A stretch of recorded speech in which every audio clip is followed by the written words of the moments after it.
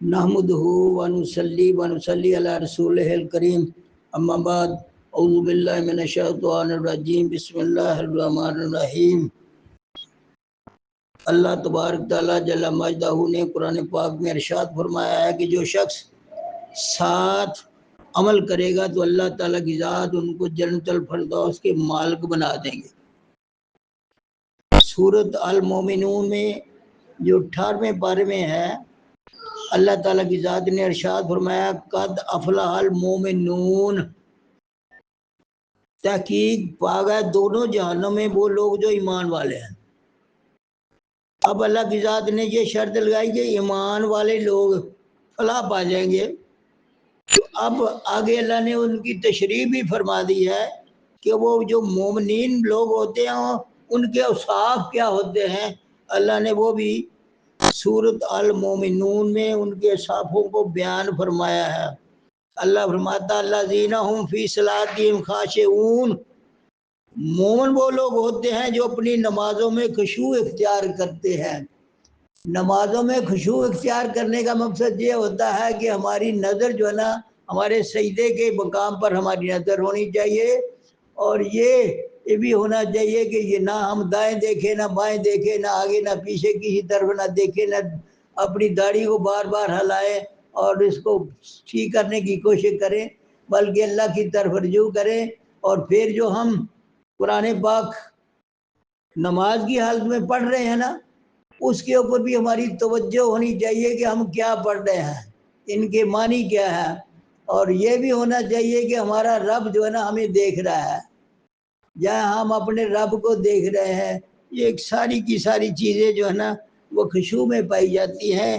اگر کوئی شخص اس طرح اپنی نماز کو ادا کرے گا تو پھر اللہ تعالیٰ کا انعامات ہوگا، اللہ ان سے راضی ہو جائے گا، اور ان کے مال نامہ مال میں اللہ بہت سے نیکی عطا فرما دے گا۔ پھر دوسرے نمبر پر فرمایا کہ واللہ، تیسری جو اوصاف بیان کی ہے ایمان والوں کو وہ یہ ہے والذین ھم عن اللغو معرضون، ایمان والے جو لوگ ہوتے ہیں وہ بیہودہ باتیں نہیں کرتے، وہ اچھی باتیں کرتے ہیں، قرآن کی بات کرتے ہیں، اللہ کے نبی کی حدیث سناتے ہیں، اللہ کا نبی کے پر درود پڑھتے ہیں، نمازیں پڑھتے ہیں، قرآن پڑھتے ہیں، اچھی باتیں کرتے ہیں، نصیحت کی باتیں کرتے ہیں، وہ فضول باتیں نہیں کرتے۔ یہ بھی اللہ نے مومنین کا جو کہ اوصاف ہے وہ بھی بیان کی ہے کہ ان میں تیسرا اوصاف جو ہوتا ہے وہ لغو باتیں نہیں کرتے، فضول باتیں نہیں کرتے۔ پھر چوتھا ان کا اوصاف یہ بیان کیا ہے والذین ھم للزکوٰۃ فاعلون، وہ کیا کرتے ہیں اپنے مالوں کی زکوٰۃ دیتے ہیں۔ جو صاحب استطاعت لوگ ہوتے ہیں، اگر 1 سال تک ان کے پاس پیسہ پڑا رہے اور پھر وہ اس حد تک پہنچ جائے کہ اس کے اوپر زکوٰۃ جو ہے واجب ہو جاتی ہے، تو ان کو 2.5% کے حساب سے زکوٰۃ جو ہے نا اپنے مالوں کی ادا کرنی چاہیے۔ یہ بھی اللہ کا حکم ہے اور یہ بھی فرائض میں شامل ہے۔ تو اللہ نے چوتھی جو صفت بیان کی ہے وہ یہ ہے کہ وہ اپنے مالوں کی زکوٰۃ دیتے ہیں۔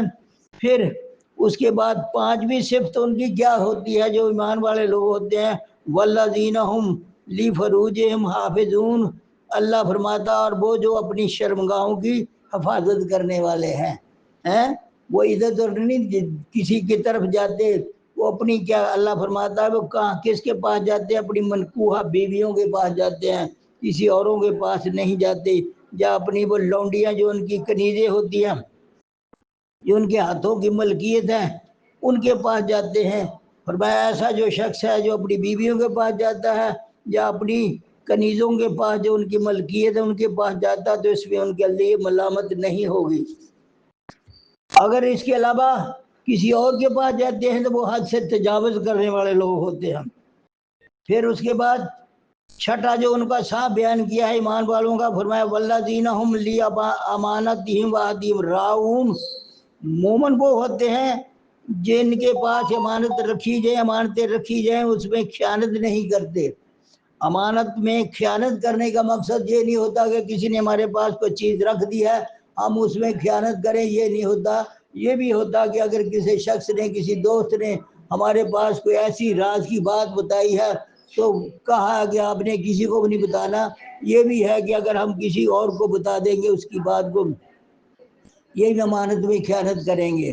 اور امانت میں خیانت کا یہ بھی مقصد ہے کہ اگر آپ کسی محکمے میں ہم نوکری کرتے ہیں، کسی ڈیفینس کے محکمے میں کرتے ہیں، اگر وہ اس کے راز جو ہے نا کسی دشمن کو بتا دیں گے وہ بھی امانت میں خیانت ہوگی. اگر کوئی شخص اس طرح کرتا اس کی سزا اسلام میں رکھا، اس کو قتل کر دیا جائے. تو لہذا اور دوسری بات یہ ہے فرمایا وَعَهْدِهِمْ رَاعُونَ، وہ اپنے وعدوں کی پاسداری کرتے ہیں. مسلمان کے لیے یہ ہے کہ اگر ہم کسی کے ساتھ وعدہ کریں، مسلمان کے ساتھ وعدہ کرے یا کسی غیر مسلم کے ساتھ مسلمان وعدہ کرے اس کو پورا کرے. تو یہ بھی مسلمانوں کی شان بتائی گئی ہے. اور چھٹا سب جو وصف اللہ نے بیان فرمایا ہے وہ یہ ہے کہ والذین هم علی صلواتہم یحافظون، ایمان والوں کی چھٹی جو صفت بتائی گئی ہے اللہ تعالیٰ کی جان کے، وہ اپنی نمازوں کی حفاظت کرنے والے ہوتے ہیں. پنجگانہ نماز ادا کرتے ہیں اور وقت پر اپنی نمازوں کو ادا کرتے ہیں، بعد جماعت نمازیں ادا کرتے ہیں. تو یہ سات و صاف بتائے ہیں ہمارے رب نے. فرمایا جن میں ایمان والے لوگوں میں یہ 7 صفتیں پائی جائیں گی تو ہم کیا کریں گے؟ اولئک هم الوارثون، ہم ان کو وارث بنا دیں گے. کس چیز کا وارث بنا دیں گے؟ اللہ فرماتا الذین یرثون الفردوس، ہم ان کو جنت فردوس کے مالک بنا دیں گے. آپ اندازہ لگا سکتے ہیں کہ اللہ کے بندو، اے مسلمان بھائیوں، کہ بڑے آسان عمل اللہ نے بتائے ہیں. اللہ نے وعدہ فرمایا ہے کہ جو لوگ ان پر عمل کریں گے، جن میں یہ 7 صفتیں جو رب نے بیان فرمائی ہے، جن میں یہ 7 صفتیں پائی جائیں گی، اللہ فرماتا ان کو جنت الفردوس کے مالک بنا دیں گے. ہم فیہا خالدون، اور وہ شخص اس جنت میں، جنت الفردوس میں ہمیشہ ہمیشہ کے لیے رہے گا.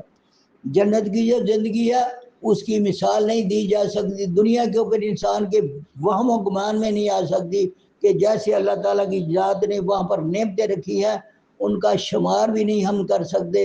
ہمارے وہم و گمان میں نہیں آ سکتی کہ اللہ کی ذات نے اپنے بندوں کے لیے اتنی نعمتیں رکھی ہے.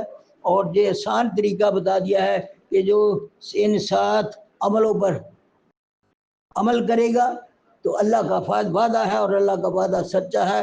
اللہ کی ذات ان کو جنت الفردوس کے مالک بنا دیں گے. اللہ کی بارگاہ سے دعا کرتے ہیں کہ اللہ تعالیٰ کی ذات ہم سب کو اچھے عمل کرنے کی اور نمازیں پڑھنے کی اور ان اعمال پر عمل کرنے کی اللہ ہمیں توفیق عطا فرما دے. وما لنا الا البلاغ المبین.